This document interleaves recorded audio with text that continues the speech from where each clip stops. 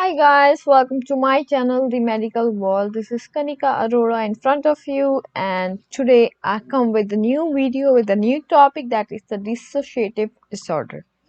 We all know that mental illness is very important in this world, and it has been a great stigma all over the world. So today I'm going to describe you about the dissociative disorder. So let's start the video.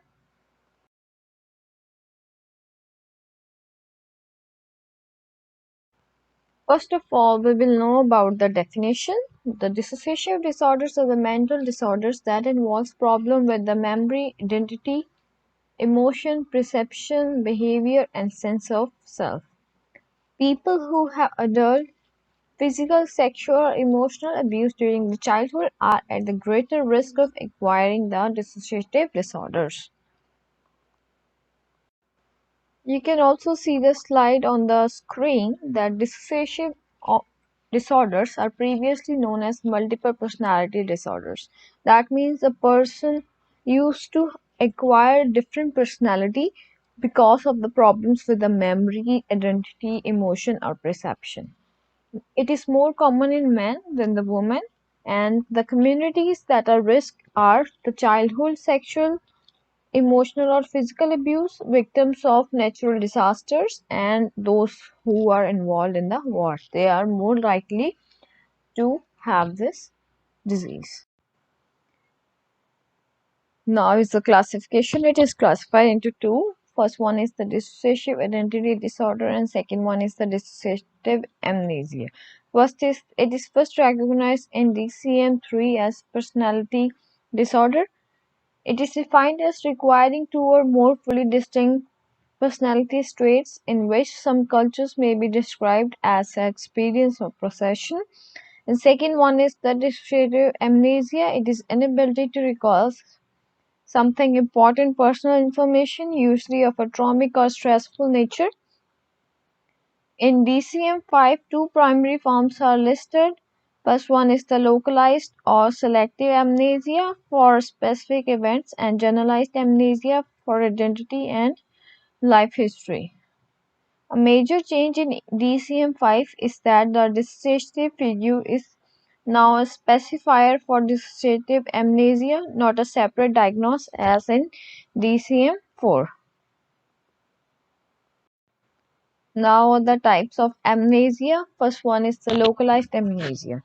What is localized amnesia? It is the inability to recall all the events associated with the traumatic events for the specific time period following the event. Second one is the selective amnesia. In this, a person is unable to recall only certain incidents that is related to any stressful event or the traumatic events that a person gets the shock. Third one is the generalized amnesia. It is the failure to recall uh, one's entire life. A person all forgets his own life and unable to recall that. And the last one is the continuous amnesia, which is the inability to recall events subsequent to the specific time up to and including the present. Next one is the systematic amnesia. In this type of amnesia, the individual cannot remember the events that can relate to a specific category of information, such as one's family or to the particular person or event. Next is the dissociative figure. It is the sudden unexpected travel away from home or customary work located with the assumption of new identity and inability to recall one's previous identity. Next is the depersonalization order. It is characterized by the temporary change in the quality of self-awareness, which often takes the form of feelings of unreality, changes of the body movement, feeling of the detachment from the environment, or the sense of observing oneself from the body. Next one are the predisposing factors. First one is the genetics. What is genetics? The DNCR4 suggests that it is more common in the first degree relative of people with the dysplasia than in the general population. Second one is the neurobiological.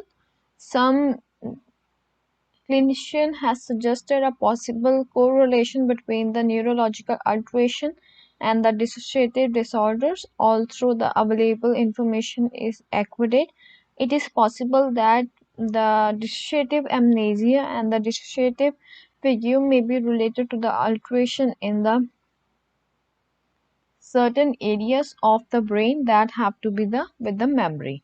Third one is the democratic theory. Freud believed that dissociative behaviors occurred when the individual repressed depressing mental illness contacts from the conscious awareness. And next one is the psychological trauma. It is the growing body of the evidence points the ideological of it as a set of traumatic experience that overwhelm the individual's capacity to cope by the means other than distortion. The last one are the symptoms. First one is impairment in recall. Second one is new identity away from the home. That is sudden travel away from the similar surrounding, assumption of new identity with an ability to recall past. Third one is the multiple identity. A person deals with the different personalities, and it involves the transition from one identity to another when he has to deal with the stressful situations. Next one is the feeling of unreality. It is the feeling of unreality or detachment from the stressful situation, may be accomplished by dizziness, depression, obsessive ruminations, stomach concerns, anxiety, and fear of ongoing insane. Thank you for watching this video. I hope you like this video. So next video I will come with more topics related to the mental illness. Thanks for watching. I hope you enjoyed this video. Have a good day.